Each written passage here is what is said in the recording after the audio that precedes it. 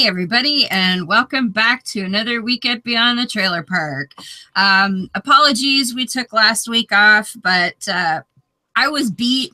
I had been out 2 weekends in a row, one in Toronto at Pride and the other one in Ottawa, and I was zonked. And since we didn't have anyone scheduled, we just figured, you know what, we're taking the week off. So we appreciate that.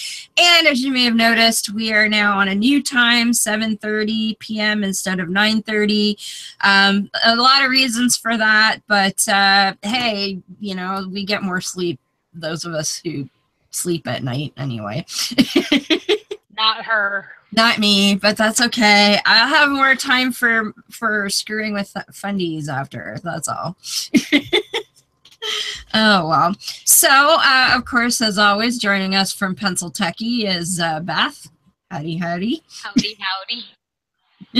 Heidi ho. That too. And from the wilds of Mississippi is Morgan. Hello, hello. Hello, hello. And from Maine is Tracy. Good evening. And from the sort of wild streets of Tirana is Mark. Hi, how are you? Good. Long time no see, eh? I know. What was it? Saturday, right? Yeah. So many days ago, 2 days. I know. It's forever, man. Yeah. So Mark and I have known each other for maybe a year-ish, somewhere in there. And we see each other at Toronto Hangouts because who wants to come to Kitchener? Yeah. Yeah, so we've chit-chatted here and there and come to find out that Mark used to be a Scientologist. So we knew there was a show in there. Plus, he's done a lot of other interesting things, too. So... yeah, we'll get to that in a second. So last weekend, Canada's 150th. I went down or up to Ottawa. It was fun in a lot of ways and kind of really frustrating in some other ways. The security was ridiculous. We had to go up on Parliament Hill where like the big stage and sort of the touted main events were. We had to go through 2 layers of security. And then we got up there to find out that unless you wanted to sit there in the rain and hope there's somebody on stage you wanted to see all day, there was nothing. There was no vendors, no food. You could get water and a potty, and that was pretty much it. So I stayed and got some nice pictures, and then we left the secured zone because there was nothing to eat. And that was at 8 o'clock in the morning. And by the time 9 o'clock rolled around, the lineup to get through security was pushing 3 blocks long. So So we did other things, which were fun. We went to the National Gallery, which was fun, and it was free that day. So we went through and saw the Canadian exhibit, which we figured was the appropriate thing to do on Canada Day.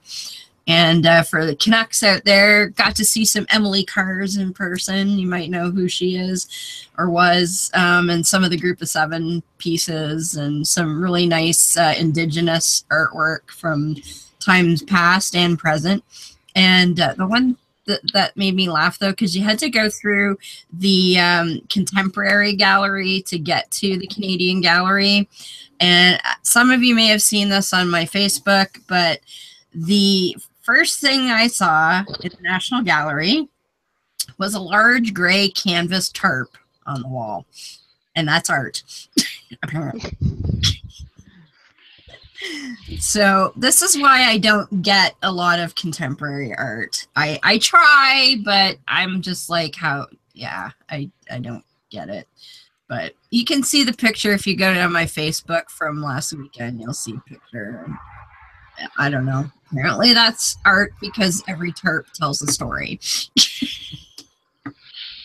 I see Tracy laughing right there. Yeah, but it was fun, and the cool part, it happened to be a CFI meetup on Sunday, so got to go and meet some Ottawa area atheist type folks. So that was fun. And friend of the show, Dave Edwards, who's been on to talk about Canadian politics lots of time, finally got to meet the guy in person. So that was cool.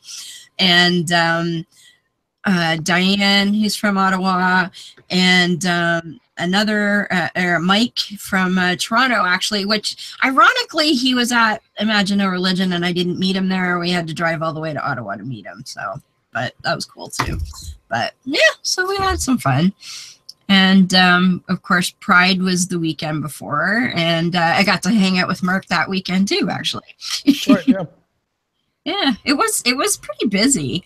But you know what I found unbelievable, and I guess it's because I'm used to large events in Toronto, but in Ottawa, like, you know how at Pride there's like info tables from organizations and there's street vendors all over the place and what? Yeah. None of that. There were no street vendors anywhere in downtown Ottawa, and most of the downtown was closed. Like, you were just walking. So I thought that was really weird. They missed a huge retail opportunity that way.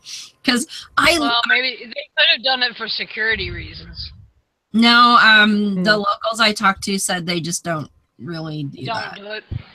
That's weird.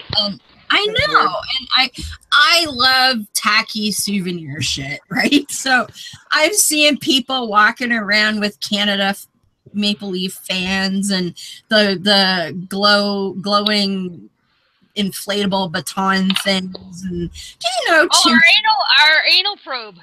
Anal probes, yes. My snowflake died, by the way. I don't know why. I'm not sure where my anal probe disappeared to. That's an inside joke, Mark. I was going to say you could be sitting on it, but that would have been too on the nose. No, it's not been used. Well, at least not for that. But no, I just thought it was odd that they would, you know, I was itching to give my money to Thornton. So, I don't know. But all in all, it was the fireworks were amazing.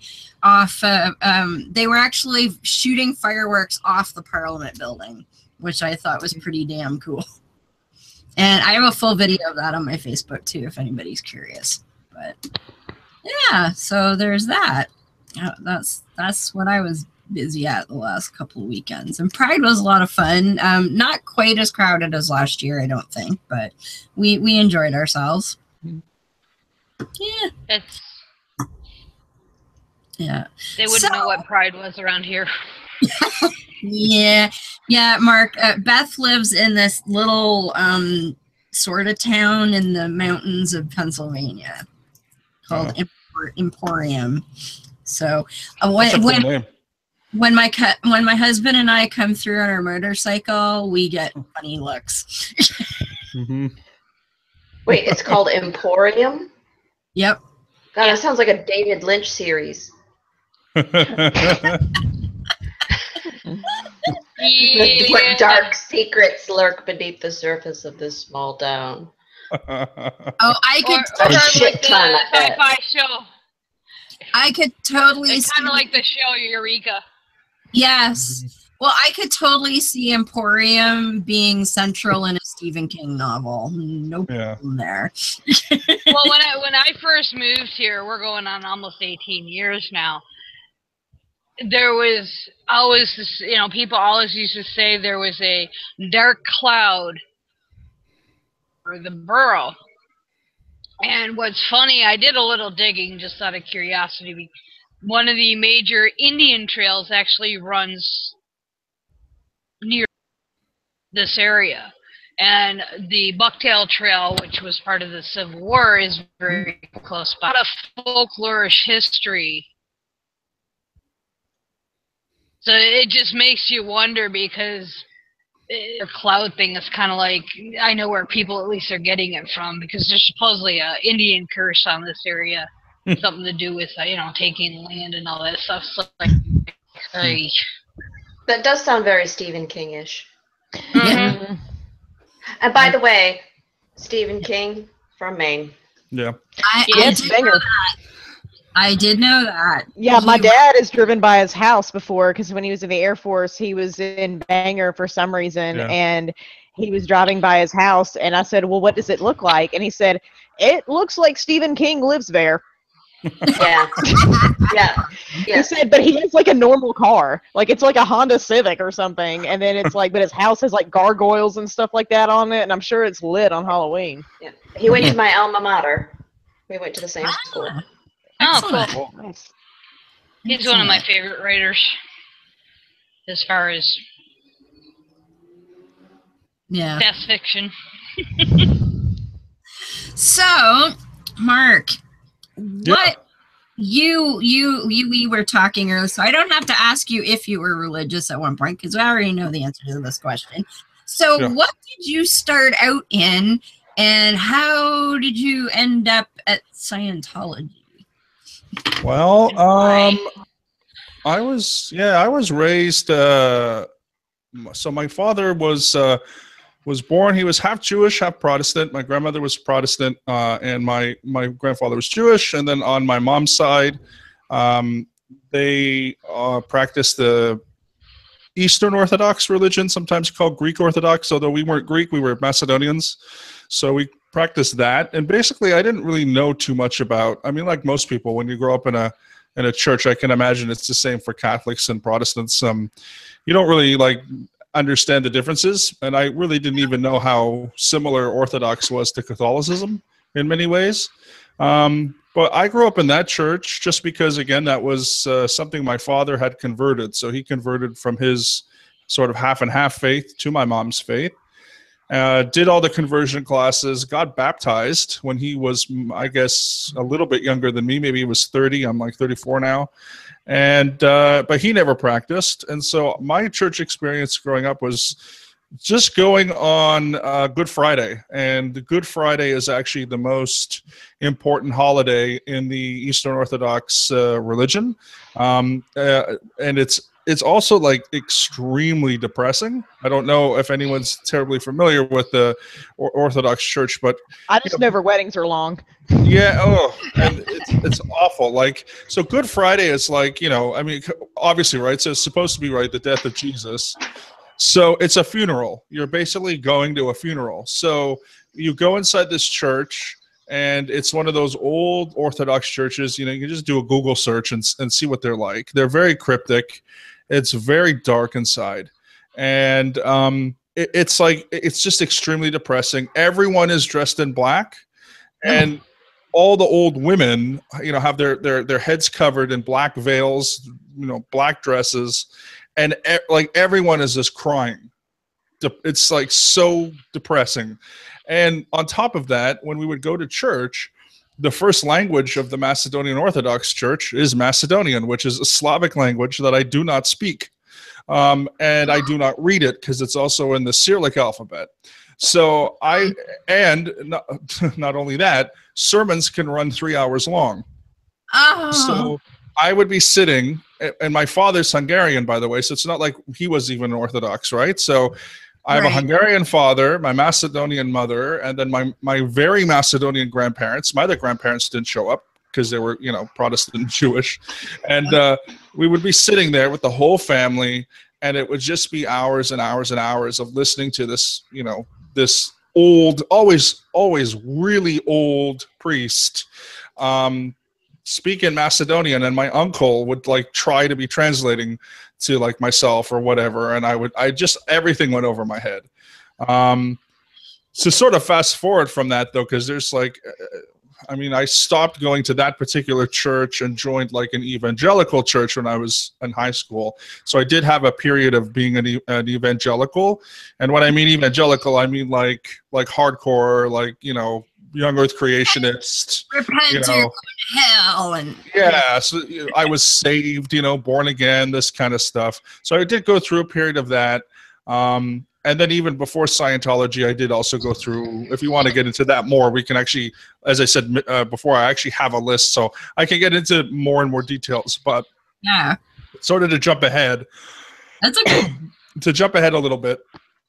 I graduated college when I was 21. So that was in 2000 and, excuse me, 22. So it was in 2005. And I decided to go to Los Angeles in May of 2005 to look for university, because I just graduated community college. And basically, I discovered Scientology just one day. It was on a Saturday in Hollywood, and I was just walking around Hollywood Boulevard, and I bumped into Scientologists out front of a building called the L. Ron Hubbard Life Exhibition, which is right, which is a museum. Yep. And I went through there, and again, sort of, I don't know what it really was exactly about it. Like, I was, first of all, I was interested in joining a religion. So I was, even though I had already been practicing a religion when I was like 21, 22, which was Buddhism. And again, I can go into more details as the specific timeline and all that. I had stopped doing that, and I had, really just wanted something else. And so Scientology kind of fulfilled, at least for a little while, those things that I was feeling that I was lacking from Buddhism. And so that's where I got involved. So I went through this museum thing. It's on the life of L. Ron Hubbard, and got really curious, and then ended up seeing like a bunch of different buildings and a bunch of different stuff during my vacation. I read a bunch of books. I watched, a DVD. And then eventually, when I came back to Toronto, which was at the end of May of 2005, then I actually officially joined at the Scientology Center at Yonge and Bloor, which is like basically dilapidated and not being used right now. And yeah, I was a Scientologist. Yeah, that's how I got started. So basically, I was on vacation, and they sort of found what buttons that, press the buttons that I needed to, and I was sold on it. So yeah. Wow. But that's what they do, though, is they look for your what is it they call it, your ruin, and try and get to weasel their way in, based on what you perceive your weaknesses to be. Yeah. And that's why they the personality tests or the stress tests are the ones that they have now. And because they want to come out and tell you how, oh, look, we've uncovered like all these horrible things that are wrong with you, but we can fix it all. And yeah, and it's like, how did you know that? It's like, because you told them. Yeah, what all your problems are, and then people are, mystified at how they know all this stuff, and I guess that's where they sell them on. And it really is. I mean, it's just like going to a therapist, which, I mean, is helpful, to talk about your problems, and usually that'll make you feel better. So I think that's how they get their hooks in with that too. Absolutely. I was disappointed. I came across a link that, you can do their stress test online. Yeah. And I was like, oh, cool. I want to see what it would say. And then I get to it, and I find out that they won't give you any results. You can do it online, but if you want to find out anything, you have to physically go to the Scientology Center and be like, oh, I'm so-and-so, and I took the online test. And I wonder if they even, correlate what results they get, or if they just come out and say, oh, that person looks like I should give them answer sheet number 5. And they come out, oh, this is your personalized stress. And, that depends on what test you're doing, because if you do the actual personality test, which I did, and you do it many times in Scientology. First time I did it again was going back to that sort of Saturday in Hollywood when I discovered Scientology. And that actual exam is 250 questions, and what the person who administers the test does is they enter your results into a computer, and then they give you a printout, which is a graph. So I know I'm probably like 99% sure that if you do that personality test, which is called the Oxford Capacity Analysis, which has nothing to do with Oxford, which is also stands for the OCA. I live in Oxford. Right. It has nothing to do with Oxford. It's a total scam. It's just something L. Ron Hubbard made up. But if you do that online and you put in your zip code, your address, it'll probably go to the nearest location, and someone there, I'm almost certain, will put your answers into the computer, and then you'll get a printout. So it'll be somewhat legitimate, quote unquote. You know what I mean? But I don't know about the other stuff because again, I left in like 2008, and now technology's kind of caught up. So yeah, of course. No, I've just always been curious because I think I don't perceive that I have any major issue in my life that I'm seeking any solution for. So I would be curious to see what they would try to sell me that I need fixing, kind of thing. Oh well. I think, I don't know if have you ever met our friend Phil, the ex Jehovah's Witness? And yeah, of course, sure, yes, I have. Yeah. So I've been telling Phil, I want him and I, because he's got his awesome hidden camera. Yeah. I want to go to, there used to be a center in Kitchener, but they moved to Cambridge. Yeah, that's right. And I want to go just like, oh, hi, we just saw this and wanted to check it out. And with him and his camera and see what we can find out. Just shits and giggles. Quick tidbit, I actually protested the opening day. That was back in the winter of 2013, I think it was. Yeah, February 2013. Yeah. It's been a little while. But it's nonsense though. That's called an ideal org. That's a whole other thing. Oh, I know about that. I know about that too. Well, go ahead, Beth. I was just gonna say, just to interject before I forget again. I think what in your introduction there, you said that you wanted or had to find a religion. Why did you feel that way? Well, yeah, that's what I spent 10 years trying to find just one organization or one group that I could be in for a long time. And yeah, it's a very good question because, so I was raised, as I said, raised a Christian, moved over to evangelical Christianity. Then like when I was around 17, 18, I actually stopped being religious, just probably about a year. And then when I was 18, till I was 28, I went on this massive search. And for some reason, I just always wanted to feel like I wanted to belong somewhere and wanted to like be a part of something. And so for me, I always thought a religious organization could help me do that. But 10 years later, obviously I realized it's not the right, decision. Yeah. See, I find that interesting because I mean, myself in my bebopping around, well, more so in denominations than specific religions, that's the way I felt. And I've talked to other people who have that same, for lack of better, need, and then they come to a realization that they don't really need that. Yeah. Well, my eventual realization was basically that I just wasn't going to fit in anywhere. I don't think I have that personality of fitting in. I can be quite contrarian to groupthink, and I'm quite individualistic. So when you approach certain religions, like the Orthodox Church, you enter a culture, and if the culture is not one that you necessarily were born into or can adapt to, then the religion doesn't work out. So you can't be someone who speaks Spanish and is from Chile and convert to Russian Orthodox, because you're not going to understand what's going on. And that's how I kind of felt. And all the different religions I wanted to try, it was like I was always an outsider. There was always something that I didn't like and that I couldn't really get past. And just eventually I thought, like, this is really not for me anymore, and moved on obviously to other things. So in the secular community, right? So that seemed to be more of a fit for me personally. So right. How did you become evangelical? I just thought that was an interesting move to go from being basically, not understanding anything of the Eastern Orthodox Church and then going to being a younger creationist. So what was it that got you into that?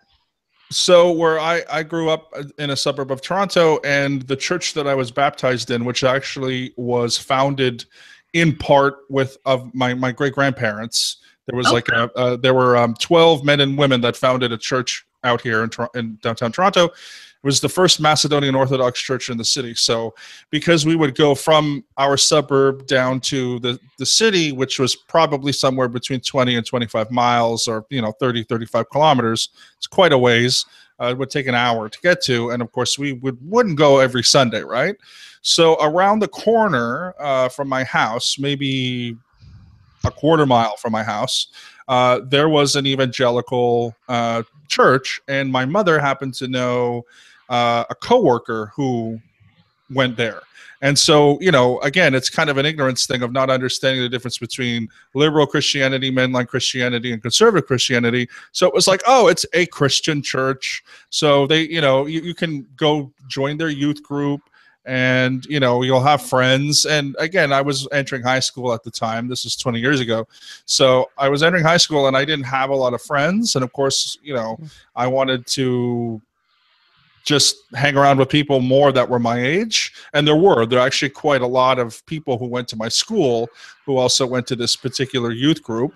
And so I did Friday night youth group for years. And I didn't even really understand what creationism really was. Like these are all things that I learned, you know, afterwards, because they have a literal interpretation of the Bible, literal interpretation of Genesis. You know, they believe the earth was 6,000 years old, created in 6 days. God rested on the seventh. I'm sure I'm preaching to the choir here, but you know, all this evangelical stuff that you hear. And I didn't really, I mean, it's not like I understood the actual like doctrine. It was just like, oh, well, this is just Christianity. I'm just going to a Christian church. And then it started getting really, really, really heavy once I entered sort of my, I guess, sophomore, junior year in high school, and I was taking like biology classes, and we were learning about evolution, because in freshman year and in sophomore year, we would touch on evolution, but I remember in junior year taking like an actual human biology class, and evolution was an entire unit. And that was one of the things that like kind of made me leave the youth group, because I was learning about what the process of evolution was, and then I was going, you know, to church and hearing some contradictory things, and I couldn't really reconcile it from that kind of perspective. So I sort of teetered away from the church aspect. But that's just, yeah, that was one of many things as well.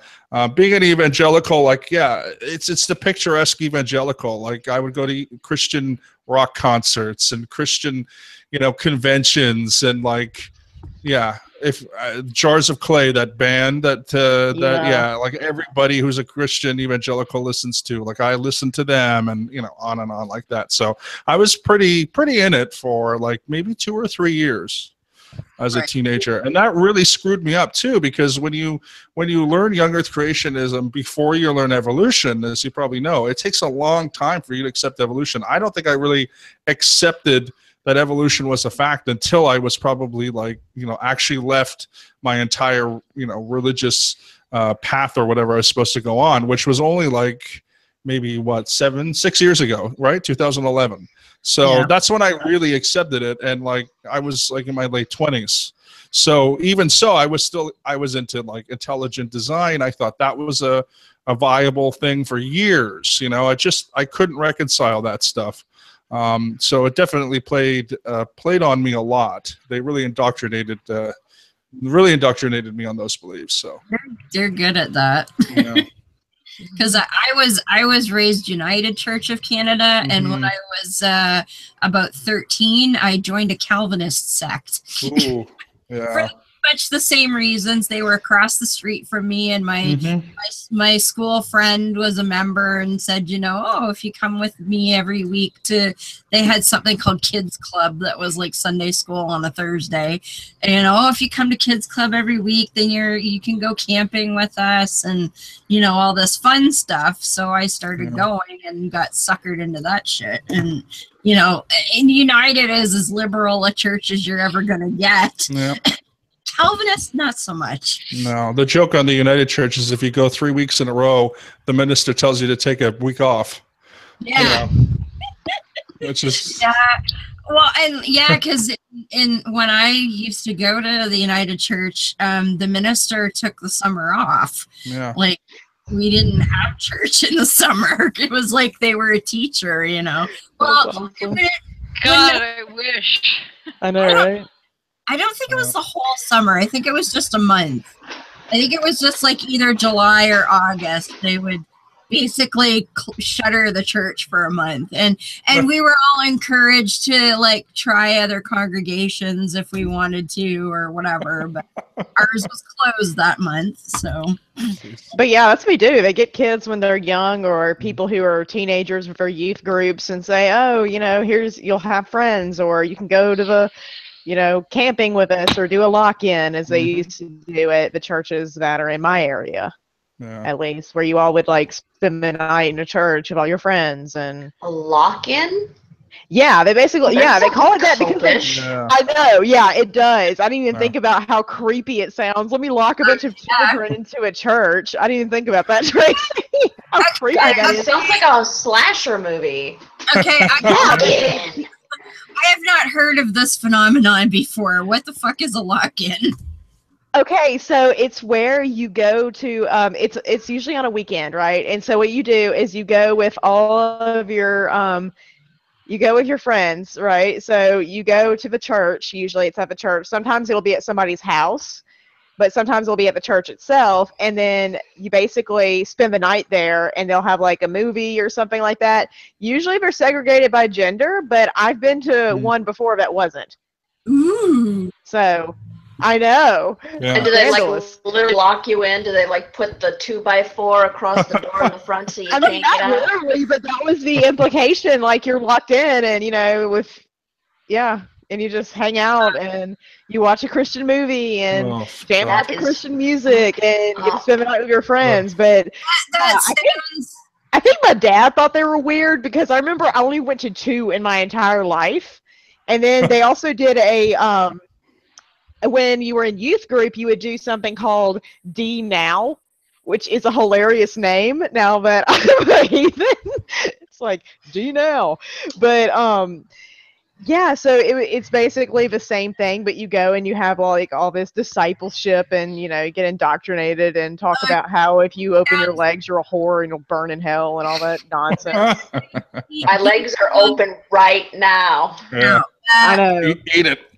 So D stood for disciple, is that it? Yeah, that's what it is, but it sounds like it stands for dick. Yeah, that's what I was thinking, like the big D. We're waiting for the dick, all right. Woo. Yeah, I know. I want it now. You're going to hell? That doesn't work. No. Just cognitive dissonance there. But yeah, it is. I've got a question.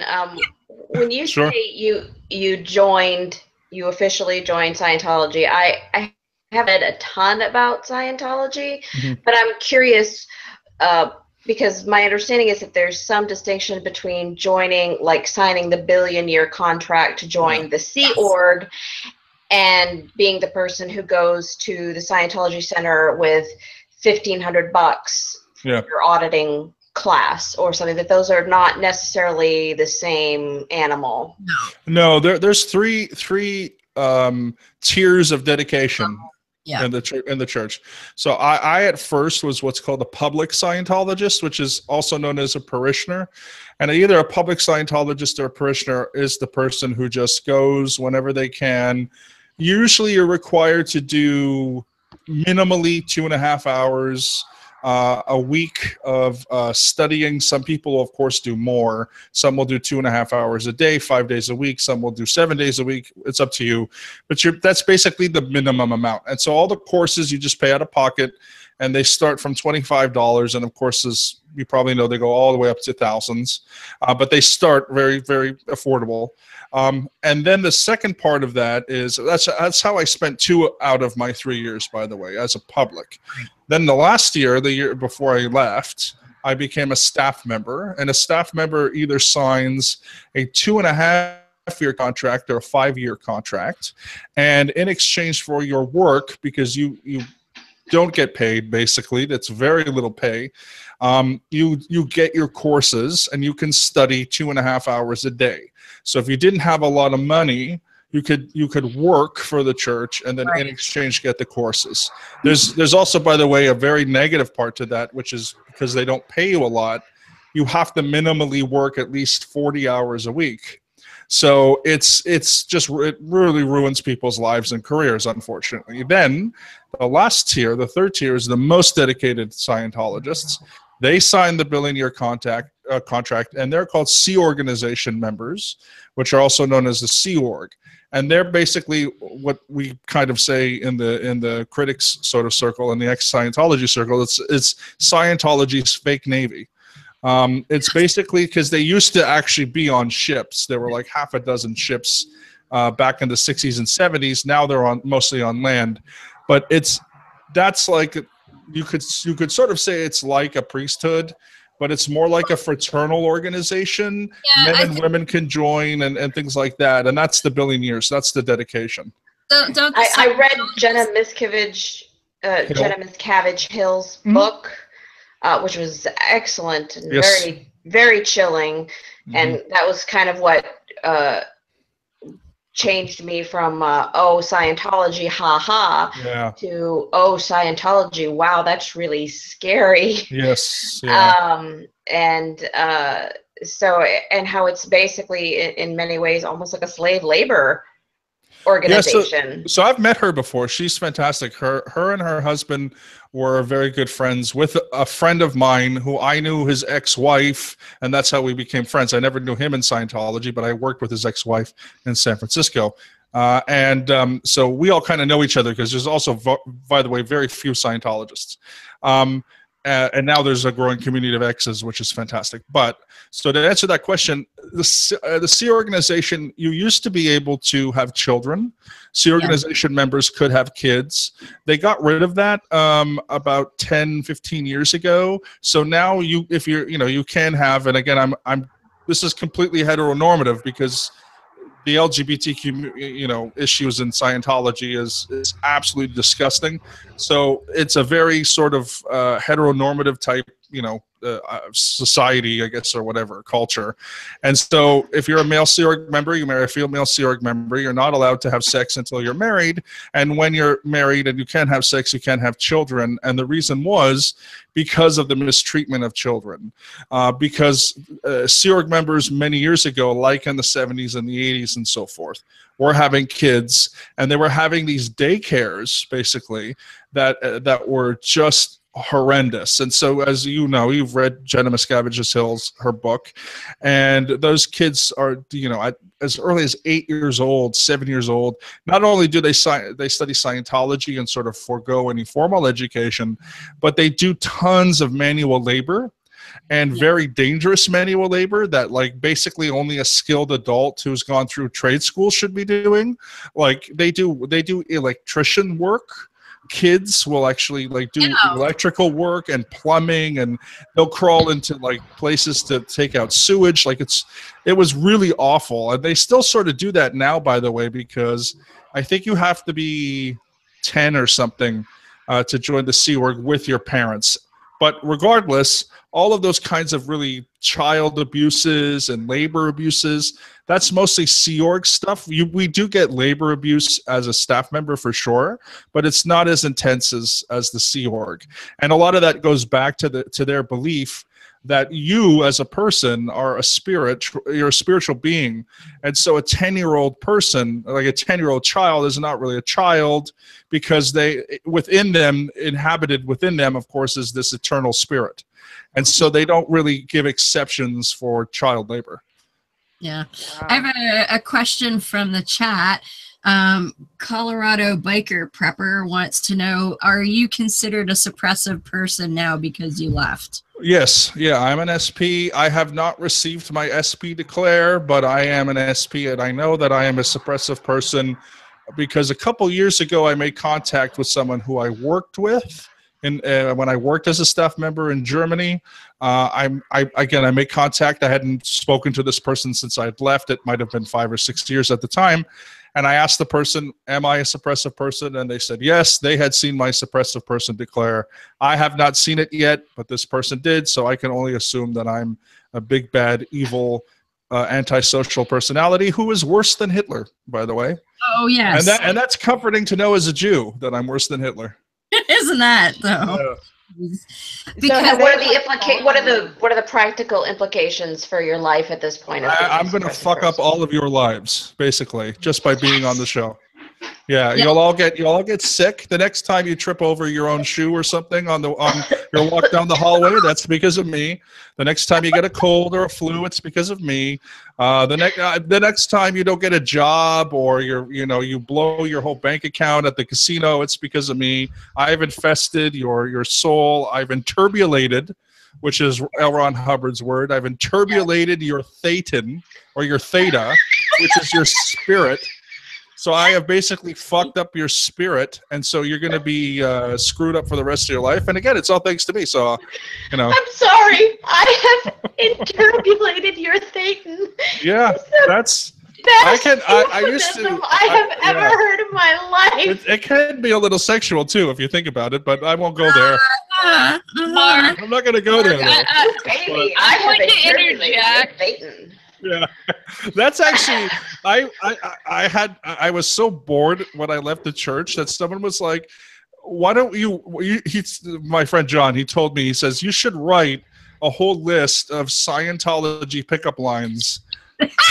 And I was like, you know what, I'll just do it. And so we had this 2-page thing of Scientology pickup lines, and I'll give you one of them because I don't remember all of them. So if you've ever listened to L. Ron Hubbard talk, yes, he used to pronounce different words differently. So instead of saying measure, he would say it the old way, which is measure. So he would pronounce the word galaxy as galaxy. And so just some stupid pickup line would be, if you're a Scientologist, man, you approach a Scientologist woman, you say, "Let me invade your galaxy." And people used to laugh at that because that's also a whole thing in Scientology with galaxies and space and all this bullshit. So you should sell t-shirts. You should sell t-shirts and say, "Let me interbulate your thetan." Oh, Beth has something. If some young woman ever came up to me randomly and said that, that's it. They're done. I'm marrying that woman right there. So I'm just gonna. I don't need to get to know them. We're getting along. Sorry, Beth's trying to say something there. No worries. I was gonna say, as far as screwing up our lives, unless you have better aim than the so-called God, good luck. Yeah. Well, Thetans are gods, by the way. Yes. Well, yeah. But gods. The other thing is, though, I'm talking about Yahweh. Yeah. Okay. Yeah. You'd have to stand in line behind Rob and Pete, though, because they've already been fucking us up for ages with their interpretation. So well, I apologize. You're a third. Next time your card gets declined or something, it's my fault. You miss a flight, it's my fault. You reserve something and it doesn't come to you on time, it's my fault. So I apologize literally for everything bad that will happen from this point on in your life. So shit. Have they started stalking you or anything? Because I've heard with some ex-Scientologists, especially people who speak out against the church, that they'll send people to their house and have them filmed and all kinds of crazy stuff. So have you had anybody contact you or anything? No, shortly after I left, maybe for 2 or 3 months. I haven't had anyone follow me that I know of. They probably have, but I don't really care personally. But 2 or 3 months after I left, I did get a lot of phone calls and emails from several different people, probably 12, 15 different people from all over the world, trying to find out why I had left, where I was, why I wasn't on course, all this kind of stuff. But that ended up sort of petering out.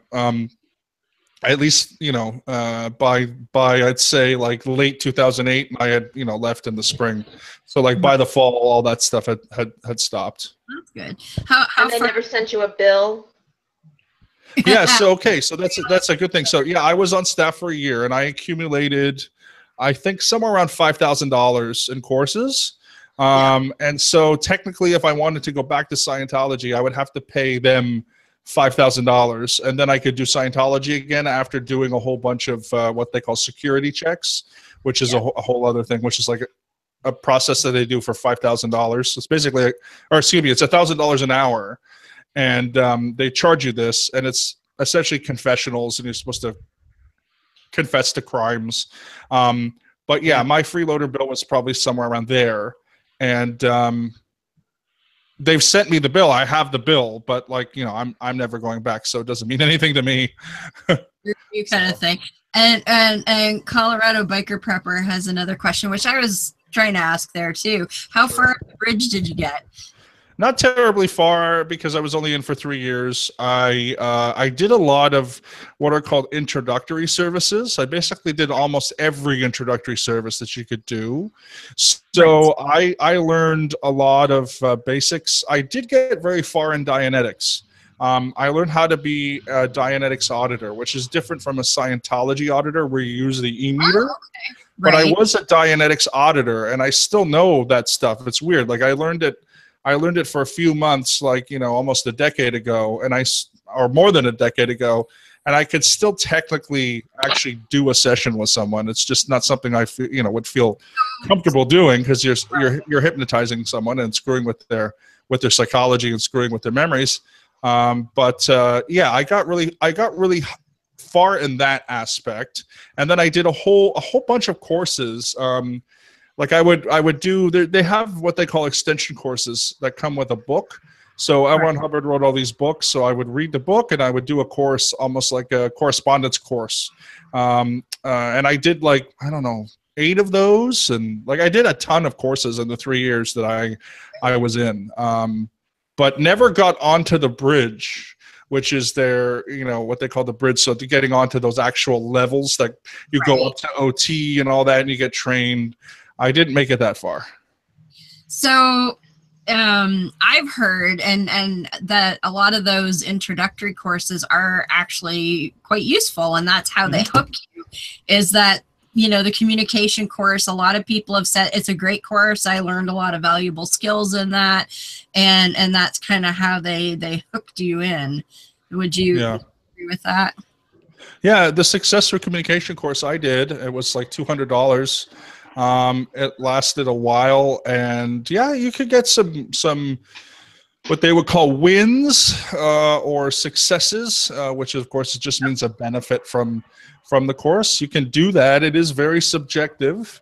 They don't sell it as something which is subjective. They tell you it will help you, and of course they hard sell you. But yeah, there are definitely things that some stuff I enjoyed in Scientology, though. I would tell you over 90% I had a problem with and I did not like. But maybe the remainder 10%, like going through the actual auditing sessions. The very first time I did an auditing session, I was carrying around a lot of you know, depression and stuff, because there was a lot of stuff going on in my personal life just before I joined Scientology. And so and the other thing, one of the other reasons why actually Dianetics works is not because of all the hoopla that goes around with Dianetics, with the process of Dianetics. It's just because it's generally what you're doing is talk therapy. Like 3/4 of what you're doing is talk therapy. And so if you're walking around with negative feelings and being depressed, sometimes it's just extremely cathartic just to talk about your problems, even if it's just for an hour or 2 hours. So my benefit came basically on my first day, and then everything else I had a problem with, or I got maybe 50% out of the course that, you know, that other people were saying they were getting 100%, I was getting 50. So there are certain things that definitely do help in some ways, but I think you can attribute them also to other non-mystical, you know, non-pseudoscientific, you know, stuff. So what's the difference between Dianetics auditing and Scientology auditing then? Because I've not heard that one before. Sure. So Dianetics was the first thing that L. Ron Hubbard wrote in the nonfiction category, which then started. It wasn't his first nonfiction work, but it was the first thing that started the whole thing. So Dianetics is more of a pseudoscience and a pseudopsychology, and it's more about the mind. And so in Dianetics, you're told you have 2 components of the human mind. Everyone has this. You have a reactive mind and an analytical mind. And your reactive mind is a very irrational mind, and it's where all your nightmares and fears and depression come from. Whereas you also have an analytical mind, and that's basically where your rationality comes from, your sense of reason comes from. And so you go through this process of trying to literally get rid of your reactive mind through through Dianetics, rather, through Dianetics counseling. So you only have a analytical mind, and that's when you become a clear. So where Scientology auditing comes in is Dianetics was obviously called a science, even though it wasn't. The book was called The Modern Science of Mental Health. Around 1952 to 1954, Hubbard then changed and made Scientology to become a religion. And the difference in the auditing is basically very simple. When you are doing Dianetics auditing, it's you, it's your psychological, whatever, it's your psychology issues. It's about the reactive mind and the analytical mind. When you introduce Scientology auditing, then you're going towards the spiritual and the religious. And so what they have that's different is the e-meter. So in Scientology auditing, they use that e-meter device to apparently look at your, what they say, they call it, they say that the e-meter measures the mass of your thoughts, which of course is BS because thoughts don't have mass. Yep. And so they use this device, and it's a meter, and it's got a needle that floats. Yep. And that has to do more with like past lives and finding out where your past problems have come from in a past life. And as you it's get just up the ladder, it's like, have you got rid of that level's body thetan? Because and that's OT. So then what you do is you go from one-on-one auditing and Dianetics, which deals with psychology and it can deal with past lives. It's either or. Then you get into Scientology, which is again one-on-one with the e-meter, specifically to do with both present and past lives, more with past lives. But then once you go to the OT levels, you do solo auditing, and you are looking for, once you get to OT3, you're looking for your body thetans, which means you're not just one thetan, which is what they have been telling you the whole time. You have one thetan, one soul. What they tell you then is you're actually infested with many different thetans all over your body. And, if you think a negative thought, that's actually from one of your body thetans. It's not from your reactive mind. And they just contradict themselves and contradict themselves and contradict themselves. So by the time you get to the OT levels, you are literally exorcising your body thetans, which are attached to your body, and you're telling them to fly away from your body. And then hopefully you'll become spiritually free after that and be a free thetan, a free being. So that's the difference in continuity. I'm sorry, Maria? They just go away if you tell them, and you pay thousands of dollars to figure this out. That's the whole game of Scientology. From OT3 to OT7, you sit in a room by yourself, and except for OT6, because that's a training course. So for most of those levels, you sit in a room by yourself. You have an e-meter, one hand on the e-meter, piece of paper in front of you with a pen, and you're basically getting in contact with body thetans, and you're telling them to fly away from your body. Now, if you think that's insane, my favorite level is OT4, because in OT3 you're discovered you're infested with body thetans, and a lot of them are asleep. So you get in contact with them, they wake up your body thetans, and your body thetans go away. But here's the kicker. Now, L. Ron Hubbard was a very good businessman. So in OT3, you don't get rid of all of your body thetans. You think you do. So then they have OT4. So guess what's happening in OT4? You still have body thetans, but there's still a number of body thetans that are still on your body that OT3 couldn't get rid of. Now hold on to your butts, because this is what OT4 tells you. There are a number of your body thetans attached to your bodies that used to be drug addicts. So you have to put your body thetans that are attached to your body through drug rehabilitation, so then they can fly off of your body. So you have to go back and figure out, okay, I've got a thetan on my shoulder. He used to be addicted to space cocaine 3 billion years ago, and I have to go in communication with that thetan to fly off my shoulder. I am not making this up. I have literally read the material. You go through actual rehab that you would if you were a cocaine addict? But it's all in up here. So it's not like you're actually, you don't do anything, but you're using communication. You're getting in contact with them, and you're sort of putting them through a rehab. It's how they do that. I've not done OT4, but and then OT5 is another thing. OT6 is another thing, and then in OT7, then you have to go around, and all the other body thetans that are still on you, there might be some that are unconscious, so you have to get them out of comas and then they fly off your butt. This sounds like fucking. Yeah. They're creating MPDs or DID. They're creating people with multiple personality disorder, and then giving you the fucking cure. Well, allegedly. Allegedly. I mean, it's very schizophrenic. Well, that's the scary thing about it, because many years ago, when I was first diagnosed with bipolar, I have a psychotic tendencies to my bipolar. In other words, if I get too manic, I will become psychotic and think I can fly. In the initial phase of my diagnoses, I exhibited schizophrenic tendencies, as well as what some psychiatrists would term multiple.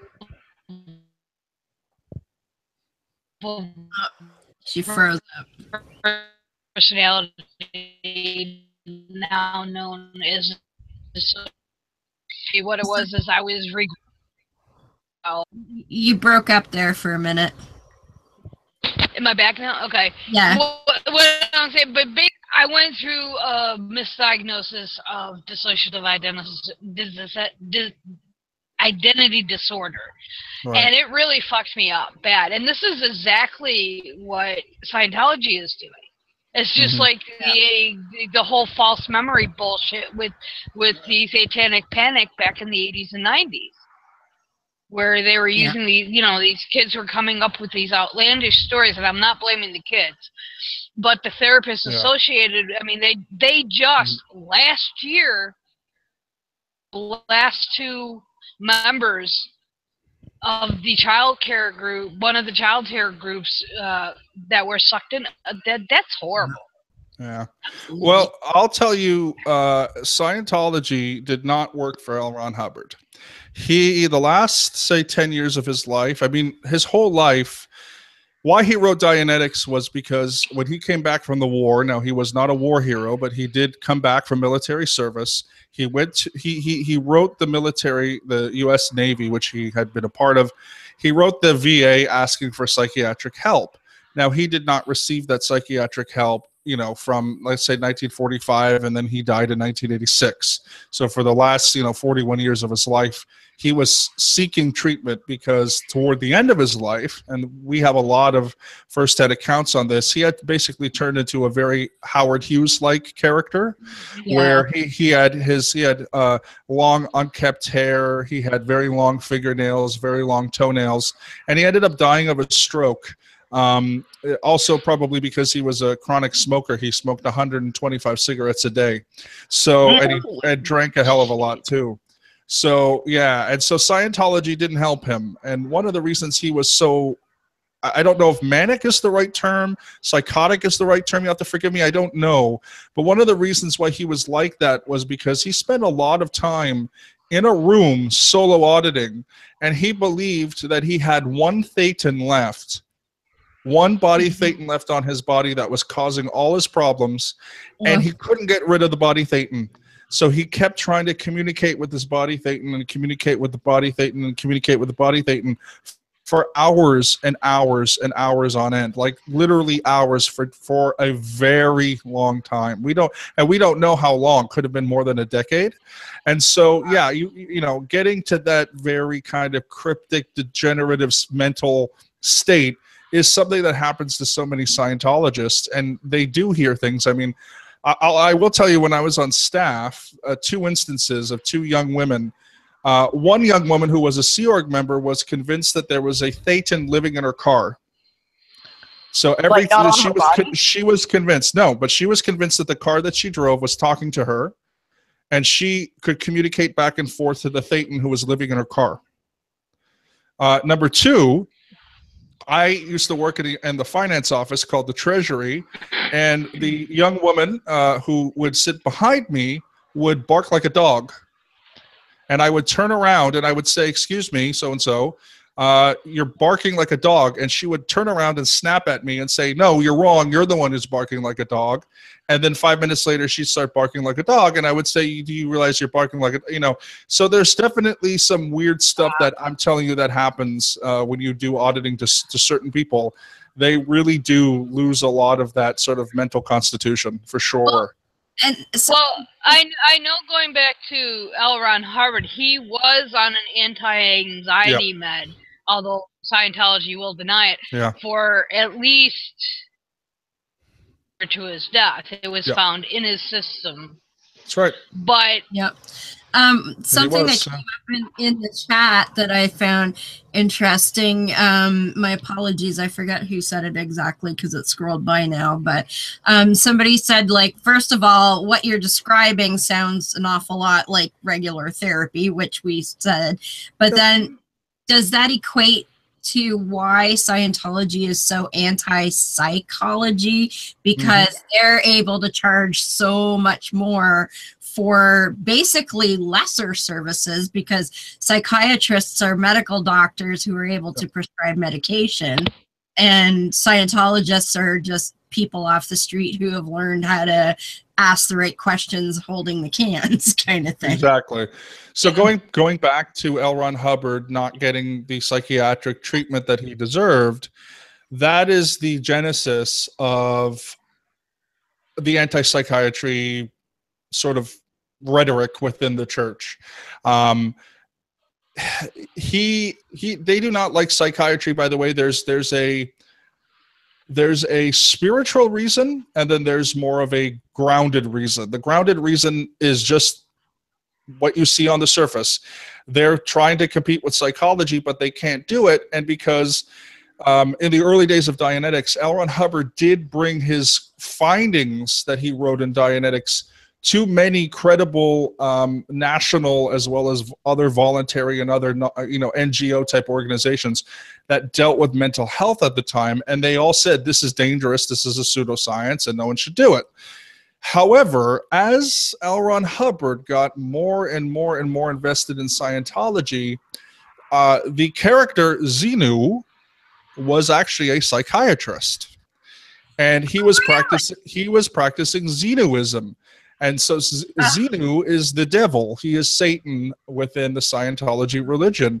So they created this very, hyperbolic, intergalactic, mystical myth of the psychiatrist being the be-all and end-all of the suppressive person. So basically, they for example, claim that the Holocaust was designed by psychiatrists.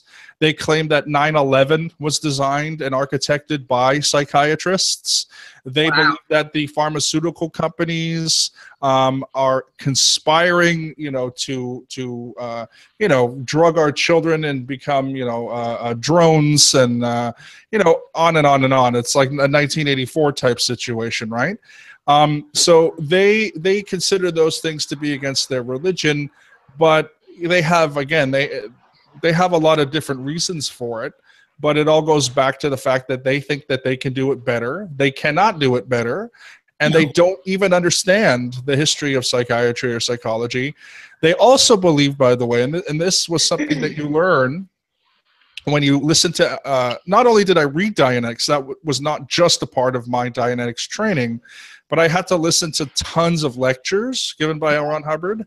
So L. Ron Hubbard, because he was a pretty educated person, although he didn't have a degree, he was educated on the streets kind of thing, and he would reference this gentleman named Wilhelm Wundt, who was essentially one of the modern founders of psychology, and who came out of Germany at the University of Leipzig. Now, most of the stuff Hubbard said about this gentleman was bullshit.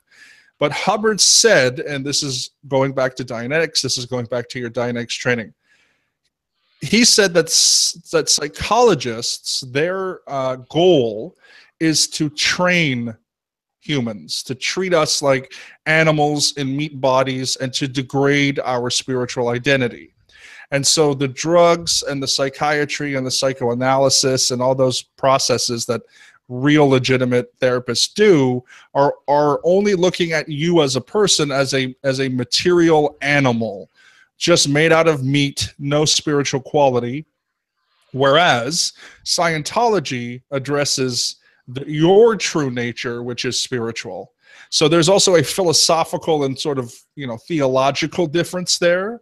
But Right. when you look at people who know Wilhelm Wundt, he did no such thing. He was not into social engineering. He was just a psychologist. He never said that man should be trained like an animal. Like, this kind of stuff is all just Hubbard, who was very gregarious and who made up stuff to impress people who didn't know who Wilhelm Wundt was. You know what I mean? So yeah, there's a lot to unpack there, but that's the idea. So basically, it's the shrinks are keeping your thetan down.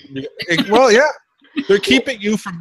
You're basically essentially a god, and so all the drugs and all that stuff are they're literally suppressing you. There's like they're a large hand that is literally holding you down, and so you're not ever going to realize your full potential if you're on antidepressants or something like that. And Beth, apparently that's why we're short too, Beth, because there's a big hand holding Yes. One of the things that strikes me is Beth and then Tracy. Well, Tracy can go first. Okay, She's been trying. go for it. Tracy. Go ahead, Tracy. just because I am cynical by nature, is that it seems to me, especially, maybe less so with L. Ron Hubbard, but certainly with David Miscavige, is that they have a huge financial interest. I mean, the Scientology is an empire.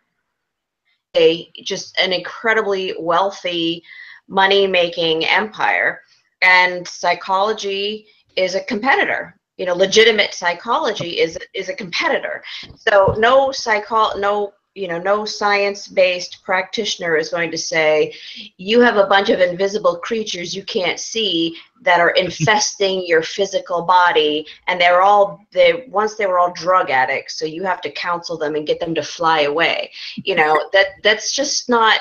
So if you get everybody to mistrust, it's just like it seems like cult 101 to discredit the legitimate science, so that the only place you can go for spiritual / psychological treatment or redemption is the Church of Scientology. That if people say, well, God, I could just make a $20 copay and go talk to a shrink. Well, then you're not paying $2,500 for my course.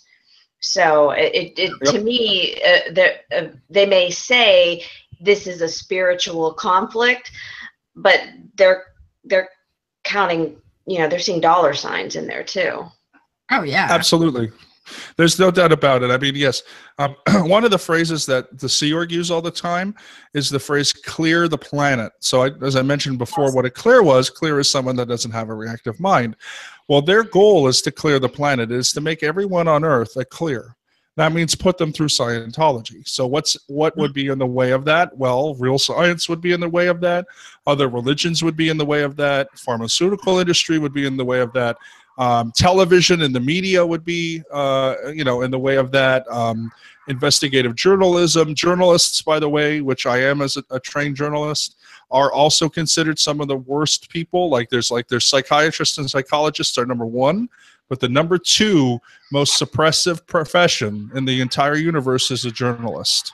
And that's all forms of journalists: broadcast, print, online, doesn't matter. If you ask questions for a living, forget it. So yeah, so you're absolutely correct. Even hospitals, like psychiatric hospitals, where if you're just, want a couple weeks to just chill out of your life and maybe deal with some kind of diagnosis, which more people should probably be doing, they're against them too, because they believe that they have the right and the true proper methods. And that's exceedingly awful, because many people who are in Scientology, as I've mentioned earlier, I think they have, including myself, I'm not excluding myself from this, definitely have and had in the past deeply, psychological issues that I would have been much better just going to a regular therapist and talking, which I do now, as opposed to doing all the hoopla on Dianetics, which doesn't help you at all. You know.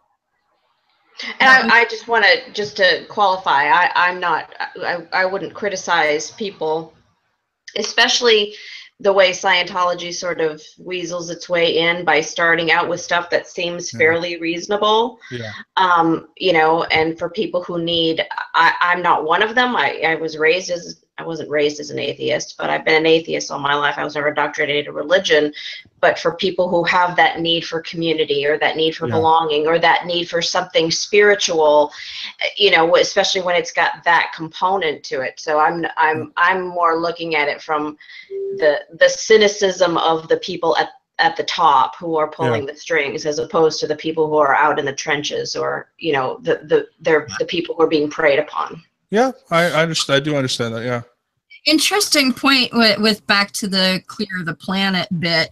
One of the things that Scientology uses to lure people in is they claim that you can be a Christian and a Scientologist, be and Muslim and a Scientologist, but what you're saying is, of course, once you get into it, no, of course you can't, because those are all competitions for what Scientology wants to do. And if you're trying to maintain, like, for instance, imagine trying to be a Mormon and a Scientologist at the same damn time. Yeah, like, Mormons are supposed to do all kinds of busy work just the same way Scientology is. You'd work yourself into the ground in a month, Like, well, plus that just seems absurd to me, because both are making claims about your immortal soul. Yeah. But I guess they don't get to that till later on. They don't tell you that later until you work your way up. But they start out by telling you that you're a Thetan who's already a billion years old. They don't start out. They start with Dianetics and communications first. They start with, here's some better skills to communicate in your life, or here's some, skills for, I know they target actors a lot in California. And, so, you didn't get that audition? Well, we have a course that'll help you make sure you get the next part, things like that.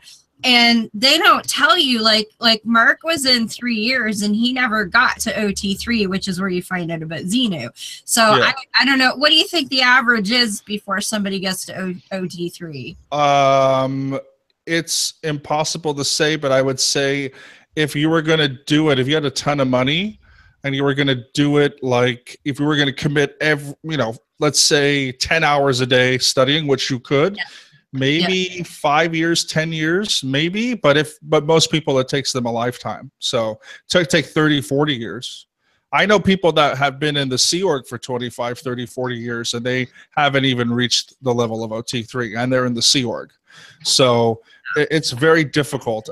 But I do want to say something about the whole, being a part of another religion, because that's obviously one of the many things that attracted me to Scientology, was like, you can sort of be almost like the way the Unitarians are, like a non-creedal, you come with your own beliefs on God and spirituality, and that's fine. It's all sort of a free-formed, free-thinking kind of organization. But I will tell you this, and this is a qualifier now. So if you are on doing Scientology, you're doing auditing, specifically auditing, okay? You are not allowed to do yoga or meditate. Now, why that is, I forget personally, but apparently it interferes somehow with the process, okay? It's bullshit, but it does.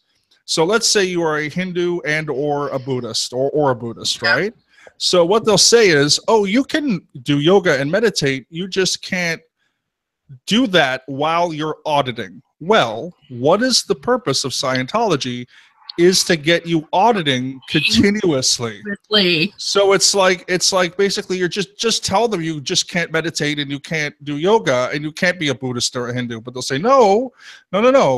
You can be a Buddhist and a Hindu, you can do yoga and meditation, just not while you're auditing. Again, though, the purpose is to be auditing all the time. All the time. So it's, that sort of rigmarole of like that semantics. auditing yourself or auditing other people? Well, first you would go into session with another person, and then it would go up into the to you are auditing yourself. So let's say you were a committed Hindu and you practiced yoga and meditation every day. You could do that on the introductory levels, but by the time you get to the Scientology auditing and then the OT auditing, which is solo auditing, you can't meditate or do your practices at all. So the more you go up the Scientology ladder, the bridge, the less likely you're going to be doing any other religious services besides Scientology. But they won't tell you that right away, of course. No, because it's going to be ages before you ever get to the point where you figure that out. And by then, you've sunk so much time and money into Scientology, you're just going to suck it up probably and go. And because that's like a lot of people I've talked to. So, well, how could anybody not just leave when they get to the Xenu part? And because you've spent, like you said, anywhere from 5, 10, 15 years, thousands and thousands of dollars. You've worked or if you're on staff, you've worked yourself to the bone for it. And you get there, and then it's like, it's the same thing like when I talk to Mormons who finally go through their endowment ceremony, find out they have to wear magic underwear and do secret handshakes to get into heaven. It's like, well, why did you leave? It's like, well, everybody else seemed to get something out of it. I figured if I had to stick through it and find out what I was missing. That's right. It's the exact same thing. That's where the groupthink comes in, because everybody else is going, oh, I got so many wins from OT3, and wouldn't you have a wonderful experience? And then you're like, from the Xenu shit? Are you kidding me? And then you're like, well, damn, I better buckle down and figure out what I did wrong, right? And a lot of shaming also in the church too. Absolutely. Well, and Leah Remini, I remember, she said she thought initially that it was a test to prove her loyalty, that we gave her like the stupidest thing they could think of to see whether she would ditch the church or not. And then she's like, okay, well, I better pretend like I believe this, so I pass the test, only to find out later, no, that's what they really want you to believe. Yep, that's the whole Xenu thing is interesting because L. Ron Hubbard, he wrote a lot of fiction, and he's most known for writing science fiction. But in his defense, and that's the only time I will defend him, he did also write in tons of other genres, and he's actually considered by the Guinness Book of World Records to be the most published author of all time. And his works appear in more languages than any other author in the entire world. So he does have he's on 2 places in the Guinness Book of World Records. So he was prolific, and his members, like Scientologists, have done a lot to preserve his works and translate his works.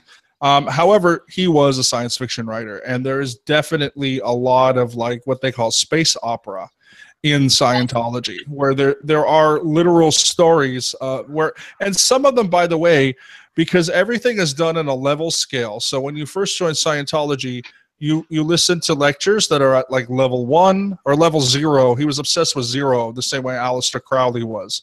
Aleister Crowley would start everything at 0, and then the same thing with Hubbard. So then as you go more and more further up these lectures, you do, by the way, hear some of these stories that are really just crazy. But yeah.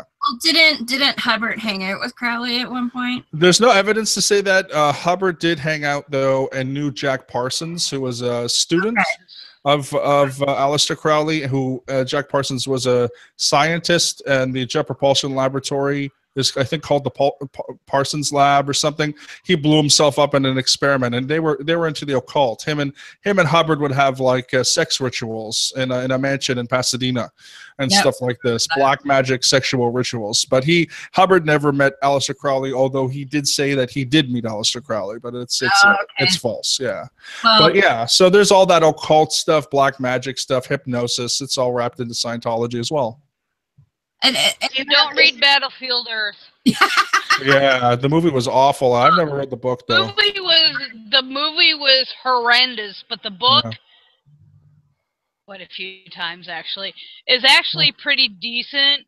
But once you learn Scientology, so to speak, it is so laden. And then he has a decalogy called Mission. Yeah, I Mission haven't read that Mission one. In a long Earth. time. That one is so Yeah. laden with Scientology Yeah. bullshit. It's like I mean, he was obsessed with it. It's like any of his science fiction writings, and I'm into science fiction. Yeah. My favorite author, of course, being Asimov, but well, Frank Herbert is my other. But it's like I had to actually stop reading his stuff because it was just like it's just dripping with it. Yeah. Especially Well, Battlefield Earth. I read the first couple volumes of Mission Earth. I couldn't get past maybe the second or third book, but in one of the books, if I'm recalling this correctly, I think it's the first one. Aliens are coming down to Earth or something, and and Earth is basically a shithole. There's tons of drugs everywhere. So it's like today. Yeah, people are running around, doing drugs. And that's all Scientology bullshit, because Scientology considers Earth a prison planet. So Right. they consider life on Earth and Earth of itself to be the absolute worst state of condition that you ever could be. And so the paradise that you're waiting for is you're getting to that godlike level, so then you can just go on once you die. So it's very what they call life. They call it life denying. So there's certain religions that are life affirming. They believe that this life is the best life, and you should work in this life as much as you can. And then there's life denying, which means it's like those churches that consider Earth and life to be hell, and so you're only living to go to the next life. And a lot of Pentecostals are like that, from what I understand. Also Jehovah's Witnesses, if I'm not mistaken. Mormons tend to be on the other side. They actually do consider life, you can do a lot of good here and things like that. So anyway, that's sort of it. So Scientologists are pretty pessimistic, and they just see society as just going downhill. Now, I would recommend a really great book by Steven Pinker called The Angels of Better Nature. And that's a really, really great book to counter some of those arguments of how, everything's going to hell and all this kind of stuff. But, there are just, it's life. It sucks and it's great, and it sucks and it's great. But it's not all just one thing. And Hubbard made it so negative and so negative and so negative all the time. So that was part of his rhetoric. So, yeah. What was his obsession with drug addicts? Like, it seems like, he was. Yeah. Yeah. Well, part of it Yeah. goes back to his for lack of a better word, when he was trying to get help during the 80s. And one thing in his defense is that back at the time he was trying to get help for his anxiety, which is basically what is assumed. Mental health help was very lacking. Been there, done that. I've been in the system for years. It wasn't until the mid-90s that I was finally diagnosed. After going my entire life, I was in my 30s when I was diagnosed with bipolar. But going back to his ring of Wundt, part of the reason he had that feeling towards psychiatry and towards the use of medication was because Wundt studied with or alongside with, and I think he may have even studied under Sigmund Freud. And Freud, of course, we all know, is the founder of psychoanalytics. But Freud also was very anti-God. Yeah. God-like. So that his anger at the mental health establishment is well-founded. He was treated like shit. He did not get the help. But that help was not available back at that time period. I know, I went through it. I mean, it just, back in 86,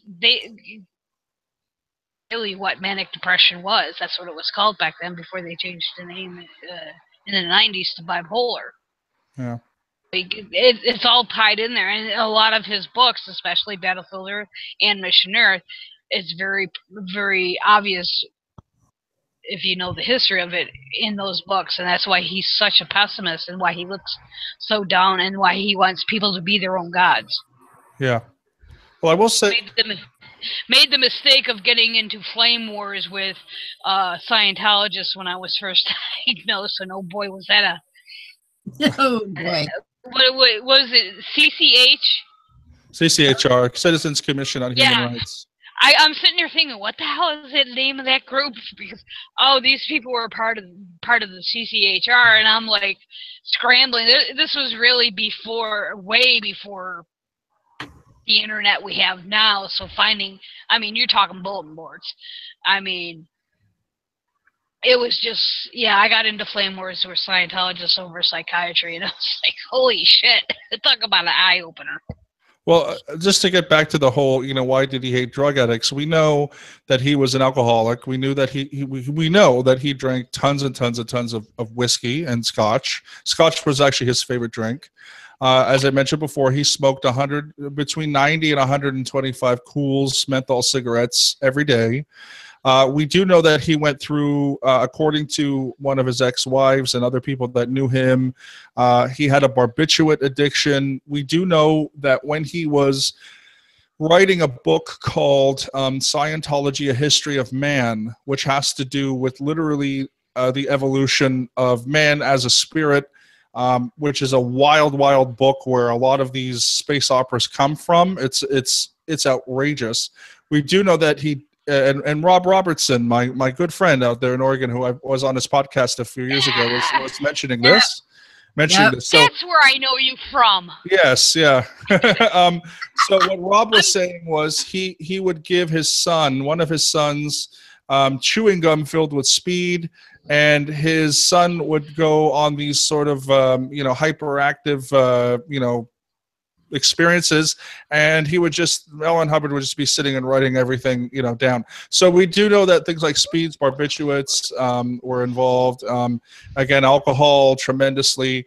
And so why did he tell people not to do drugs and have clean living? You'll find this with a lot of cult leaders, which is their moral and their ethical foundation is based on the opposite of who they really are. So if they're secret drug addicts, they'll tell you not to do drugs.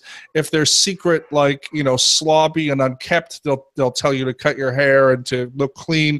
So that's like he couldn't really see himself as who he was, so he created almost like a mirroring image of someone whom he thought was perfect, and he made himself into that. And so every Scientologist thinks not only is he a saint, but he's was a war hero and all these things. And more than 90% of the stuff he did not experience. And again, particularly with the drugs, we have a lot of evidence to say that he was, if not an addict, a user of lots of different recreational drugs and alcohol and stuff like that. Interesting. In a way, it's really tragic that it sounds like the story of a man who had mental illness and couldn't get help, and spent his whole life, creating this religion as sort of way to cope with the fact that. To cope with his mental illness, and to cope with the fact that he try to rationalize the fact that he couldn't get the help that he needed, plus all of the self-medication, which is, classic. If he didn't end up harming so many other people by his creation, it would be a real tragedy. But it's sort of, to me, it's overshadowed by the fact that this monster he has created is terrible for the people who, by and large, who get sucked into it. Yeah, I feel sorry for L. Ron Hubbard, because L. Ron Hubbard actually did believe, he didn't know what science was because he was not educated. He was a college dropout.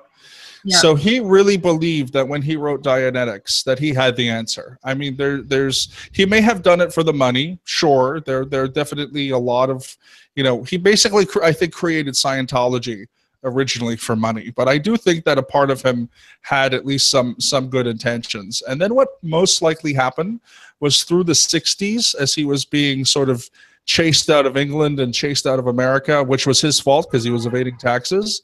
He tried a number of projects. Like, there's a very interesting thing where he tried to start a Scientology organization in Rhodesia and completely failed. And so he could never understand why people were against this wonderful thing. And so he was paranoid. He has a lecture where he says that there were 12 men who run the world. You know, very, very Rothschildish kind of Bilderberg type conspiracy, New World Order stuff.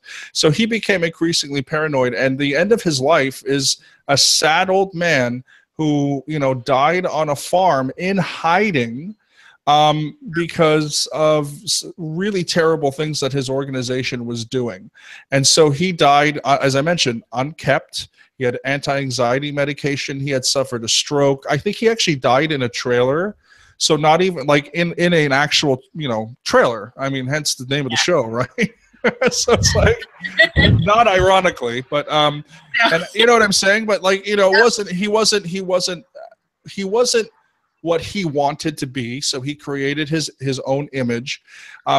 There's a very, very amazing book that I recommend to everyone, which I just finished reading. It takes me a little while to read books, but it's called A Barefaced Messiah by Russell Miller. I've been meaning to read that. It's an amazing book. I recommend it because he really, for me, I always thought of Hubbard as either one extreme or the other. Either he was a total genius and he was onto something, and it was the psychs and the, you know, big pharma that wanted to stop him. Then I went to the other side thinking he was evil, he was a con artist, he was, you know, a terrible person. And now I'm sort of actually in the middle, because he was human. He was a liar, absolutely. He was an addict, absolutely. He had mental illness, absolutely. But he had this ability to speak and to hook people with his charisma that, you know, he did it for a negative reason, by the way. He did it for bad reasons. If he had done it for good reasons, he would have been a better person. But Barefaced Messiah really humanizes him, and it goes into his family and his family history. The first chapter is actually about the Hubbards before Hubbard was even alive, and how they got to Nebraska and Montana, which is where he grew up. And I'm telling you, it is so fascinating that if you have an opinion of L. Ron Hubbard, you should just read the book, whether it's positive or negative or neutral. And I recommend that a lot. And so unfortunately, though, by the end of his life, he had succumbed to his own creation, and his own creation does not create good mental health for individuals. It regresses people back to terrible states, anxiety, depression, you know, bipolar schizophrenia. It gives a lot of people PTSD, you know, so yeah. What's really scary, hearing your description. Now, I deal with a lot of fringe and far-right goofy shit. Yeah. Who did you just describe to a T? He recently lost a court case. So you know who I'm talking about, Deb. Who did he just describe to a T? Well, you just cut out, so I missed half of what you said. Based on the description Mark just gave. Right. Make the comparison to who? He has a website called Prison Planet. Oh, Alex Jones? Jones. Yes. Yeah. That is Alex Jones to a T. The speculation is in some of my anti-nut job groups, although Jones very loosely claims Christianity. Yeah. But doesn't really. Everything you described was Alex Jones. Yeah, especially the conspiracy theories, which often are the same between the two. Very scary, because, in my opinion, and this is just my opinion, you just described him to a T. Everything. Yeah. Yeah, and Alex Jones has charisma. I actually know a lot of people, like, who I'm friends with, who are like, that's all they do is listen to InfoWars. I mean, I'm legitimate. Like, that's all they do. These are people. I know a few of them too. Yeah, these are people who've gone to college and university. They're just as educated as anyone else. They're talented. They've got families. There's something about the conspiracy theory. You know, that's a whole other show, because that has to do with secrets and whatever. But yeah, Alex Jones, the one thing that I'll say about Alex Jones, and I don't know whatever came of this, but recently I did read a court report where he was his lawyer had basically said, actually, Alex is just basically playing a character. I don't think L. Ron Hubbard was playing a character. I think Alex Jones knows he's full of shit in some way, but I don't think L. Ron Hubbard did. I think L. Ron Hubbard fully bought into it. But I do understand your comparison, because you're right. You have someone who has those kinds of like mental, you know, he's charismatic, which is good, but then he's got all these paranoid stuff, which is bad. You know, it's very like back and forth, where it's like Alex Jones, for whatever reason why people believe him, it's the same with L. Ron Hubbard. There is a type of personality, right, that people are drawn to, that have that type of charisma. Well, just to give you an idea how outlandish Jones is, and I'm actually working on a piece. He had a guest on his show this past week who basically said that they are creating animal-human hybrids. Yeah. And I want to say pig-human hybrids that can talk. I mean, and Jones was like, yeah, they are. I mean, he came out this like 2 days prior.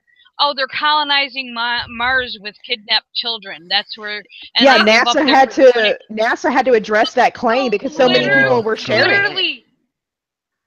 The thing is, though, and the case you're referring to was his custody case with his children, where his lawyer one day said that Jones is just playing a character, and the next day Jones said, "No, I'm not."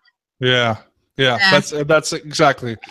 That's exactly what happened. This is where it gets scary, because I look at somebody like L. Ron Hubbard, and then I see somebody like Alex Jones, and I'm picking on Alex Jones because he just happens to be in my head because I'm working on a piece on him. But a lot of your other fringe, for lack of a better word, exhibit the exact same notions that Hubbard did. And it's just like, I mean, even if you go back to somebody like Jim Jones, although I might be dating myself on that one, I mean, Jim Jones was very Jim Jones was a bad dude. Yeah, he was just bad, period. But there's a lot of that. There was a lot of that overlap, and the funny thing with Jim Jones is my interest in other religions, as far as from an academic standpoint, began with him because when Jonestown happened, I was quite young. I mean, I think it was like 13 or 14. It's like very prevalent, and it's something I grew up with. Yeah, it's just scary. If anybody is interested, the book 1,000 Lives by Julia Shears is an exhaustive account of Jim Jones and Jonestown, and it's absolutely chilling. I won't use the phrase "drink the Kool-Aid" anymore since I read that book, because it's just, there was just nothing funny about it. And interestingly, people think Jim Jones and they think cult, but he created that congregation as an evangelical Christian preacher. It wasn't some freak cult, join my cult. It was a Christian evangelical, liberal Christian evangelical church. That's right, and that's how he lured people in, and he created that settlement with the express intent of killing everybody. That's the reason he did it. So I don't want to get us to it, but that book, it's called 1,000 Lives, is fascinating and very disturbing. Couple of points, and then I've got a question from the chat to kind of end things out with. But Colorado Biker Prepper said that Alex Jones used to come into the bar I worked in Austin in the very early 90s when he was on like Access TV. He was the joke of the town back then, and he admitted to me and others that he's just entertainment. That's a first-hand account. What a garbage person Alex Jones is. Because it's one thing, because I was like, maybe he's just a crazy person, and he realized he could also make money off of being crazy. But the fact that he's pretending, I think, is worse in a lot of ways. He definitely is. Just one caveat to throw in there. Alex Jones makes no money off his alleged news. Alex Jones makes his multi-millions off the crap that he sells. He sells his pseudoscience supplements. And his DVDs. Yes, he makes very little money on his radio quote TV show on YouTube. He makes money by getting people to his website to buy the garbage science stuff. Yeah, and then a really good article in Atlantic Monthly just came out maybe a month ago that talks about it. He has a multi-million-dollar business just in supplements. So, and then you were talking about the what is it? The Citizens Commission on Human Rights. Human Rights, yes. Well, interestingly, a couple of years ago, when we first started talking to Rob, actually, I don't know if you remember, Mark, when Ontario upgraded its laws on mental health back then. No. A couple years ago, there was something called Ontario Bill 95 that was passed at the time, and it was just tweaking some of the legalities around mental health issues and process for detaining somebody under mental health, you know, medical issues, whatever. Well, this, and I'll share it so you guys can see it, but I'll read it for the listeners as well. This actually came in my email from from another member of Grand River Atheists back at that time, and it's a flyer. Now these were being Cambridge. These were being faxed to local businesses at the time, and it says, your right to choose is being taken away. Ontario Bill 95 will allow anyone, and it's underlined in italics, to be picked up and treated by a psychiatrist without their consent, in bold all caps. And how will this affect you, your family, and your friends? What can you do? And then it's got the CCHR logo, and then it says open house event, and in tiny little writing, hosted by the Church of Scientology. And then the date, which was back in October 2015. So they tightened up some of the laws around, you know, how a person could be involuntarily committed. And they're trying to say that, oh, the new law means that anybody could just be picked off the street and forced to see a psychiatrist. Right. Which is stupid, but for some people they might fucking need it, so who knows. Well, yeah, I know. but it is against the civil liberties, so I'm making a joke there, but there are probably some people who might benefit, even if they're like 0.1% of the population. We had something similar concerning Bill 95 here in the U.S. I want to say late 90s. The idea, it was only in the idea phase, was floated that they wanted to set up somehow, some way in our public schools that children could have access to therapists, not necessarily psychiatrists or psychiatry or psychology, but therapists, whether they're social. And oh my God, I remember the Church of Scientologists threw a fucking fit. Yeah. Mark points out, but this was all voluntary. But they wanted to make it available because the notion back then, and it's still kind of floated around, and I kind of agree with it, is that a lot of children do not know how to cope, and it's kind of like with the whole taking the critical thinking skills out of schools, and falls along that line of reasoning.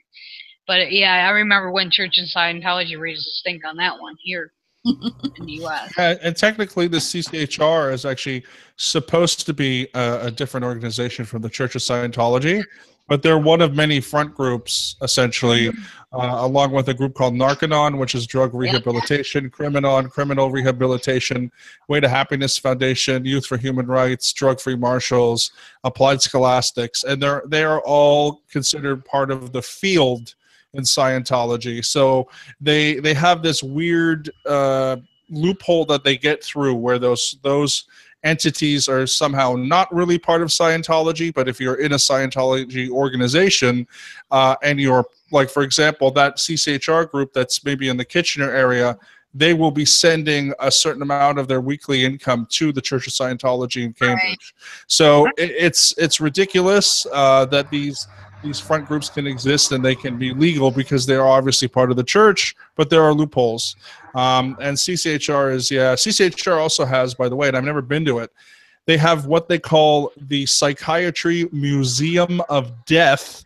I've heard on Sunset. I think it's on Sunset or Hollywood Boulevard in Los Angeles, and they take you through like a torture chamber, Iron Maiden type, thing where basically, again, psychiatrists are behind the Holocaust and 9/11 and all the evil things that have happened in the world, and they take you through torture chambers. They say electroshock. Will just melt your brain and you'll become some, automaton or whatever, vegetable, and, you won't have free, your choices left and whatever. And they have this whole thing. And actually, interestingly enough, they have weaseled their way into the University of California system and the California State University system. So students who are nurses, medical, dental, as well as psychiatry students, as well as psychiatric nursing students, are actually take field trips to the Museum of Death. And I don't know how the hell they got into that university system out there, but that's what happens. So yeah.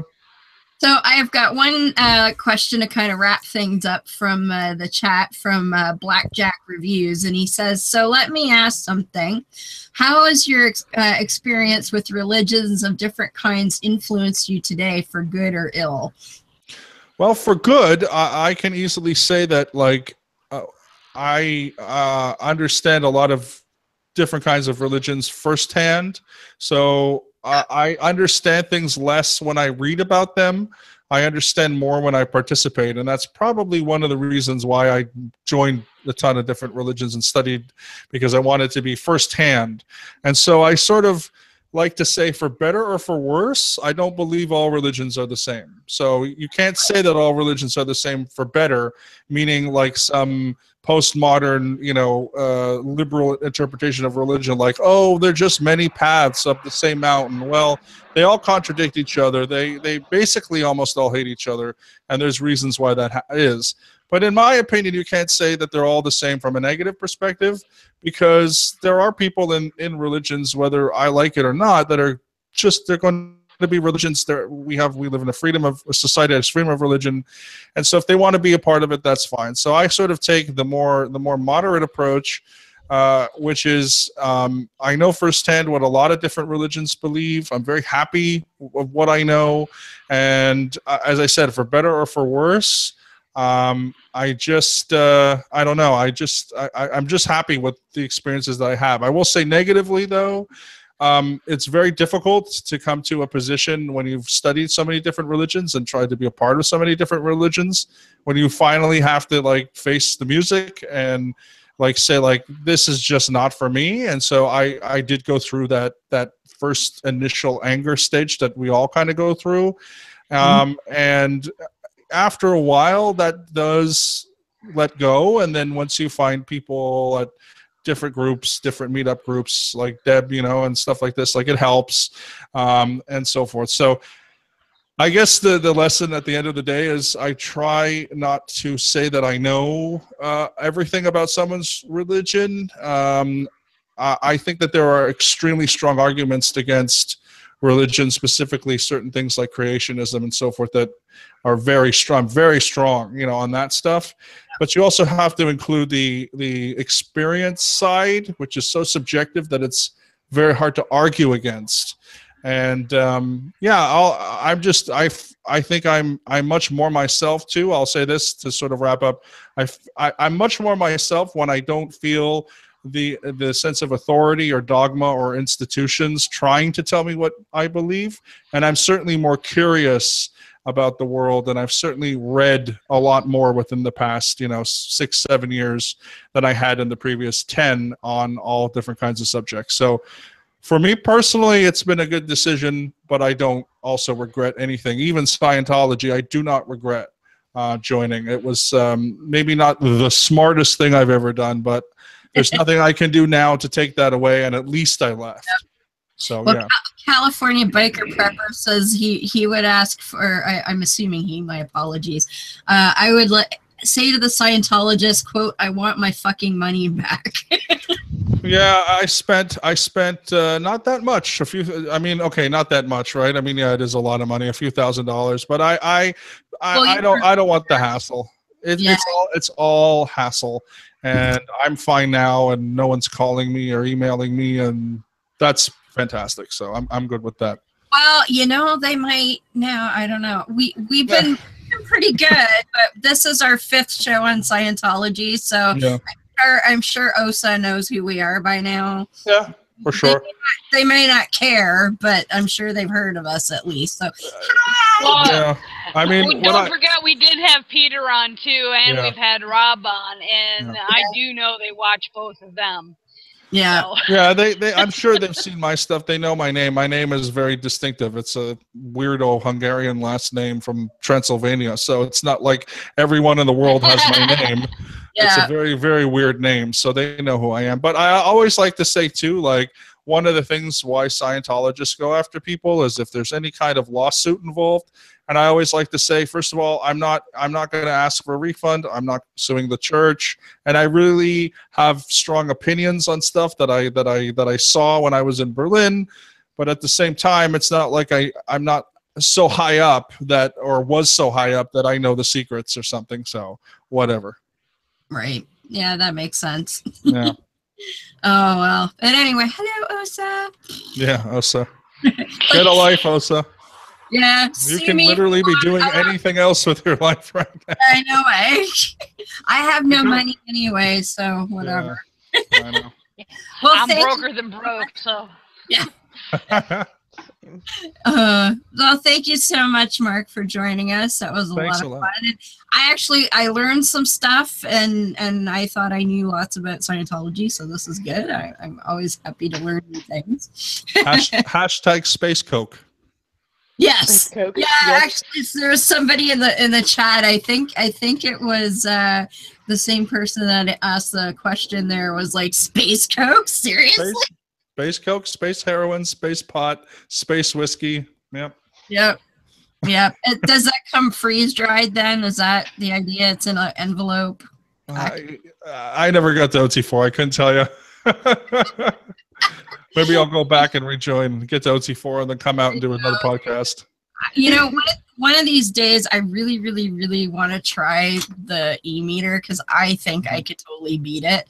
There are ways, yeah. It's not actually that hard. It's no. What it does is it tests your what's called skin. It's a skin galvanometer, so it tests the resistance in your fingers. That's all it does. So all the floating stuff that they tell you that's going on, and it's your thoughts. It's all BS. It's your fingers.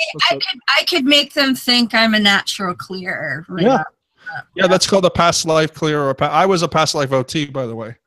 So yeah, in my past life, I had made it to the OT level. Well, then, God damn it, why don't you know about Space Coke? Well, maybe I was doing too much of it in the past life. I don't know, and I forgot. Who knows? Awesome. Well, thanks for joining us. And do you have anything that you want to promote or tell us where you can be found, etc.? Yeah. Fine. You can definitely find me online. Twitter is the best thing, or if you're on Instagram as well, at my name, no spaces, just at MarkTordai. Anything that I'm doing, like other podcasts. I do a lot of film and movie related stuff. If people like film reviews, I do a lot of that stuff, and I'm starting a YouTube channel soon, doing that with a best friend. We've been on hiatus, and we're sort of relaunching our site. So all of that stuff, all those links will be on Twitter, but you can also follow me on Instagram if you want as well. And yeah, other than that, thanks so much for having me. I really appreciate it. I had a great time. That was fun. Awesome. I just followed you. Ooh, yes, I saw it. Godless Mama. Godless Mama is right. So, Beth, where do we find you?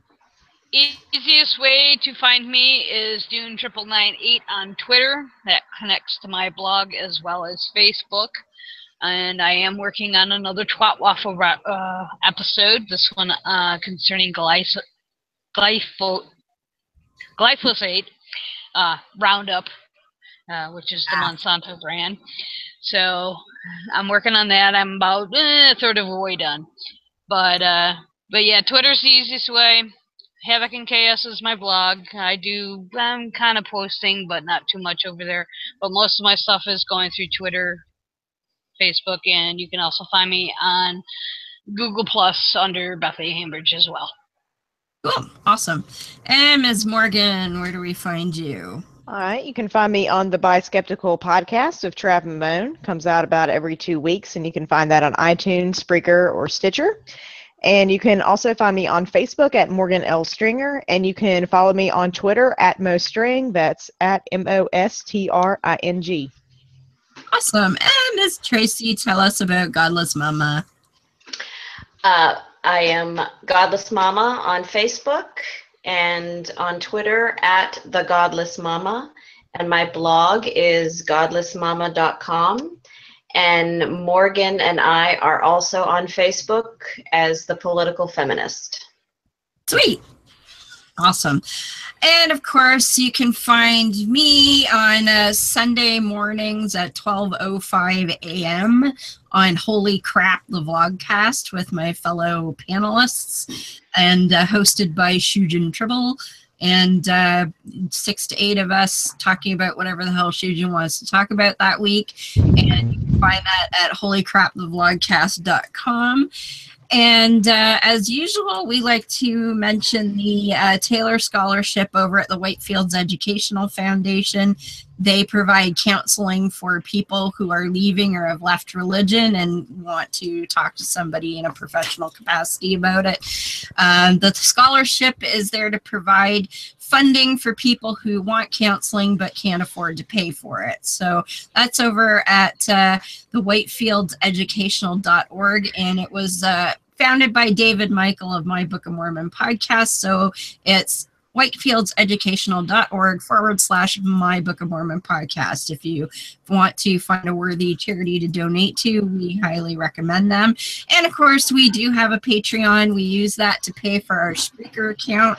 So if you feel like throwing us a couple of bucks at some point, we'd greatly appreciate that as well. You can go as low as $1 an episode if you want, and that would be awesome. And anything else we would get would go towards equipment and stuff for me and the ladies, mostly the ladies, because I upgraded last year, so I'm okay. I'm okay. But anyway, again, thanks, Mark, for joining us. And as usual, we will be back next weekend. Please remember, going forward, we are going to be 7:30 Eastern for the foreseeable future. It's just we've got more people in the chat this week. I think it's just more of a better time for guests and listeners and co-hosts alike, so we're going to stick with that for now. Seems like it's a good time for most people. So anyway, we'll be back next week, and until then, I will leave us with Dave Foda's Human Creed for All of Mankind, and we'll see you then. I know the truth and power of reason and of rational thinking, and I will use them to my advantage.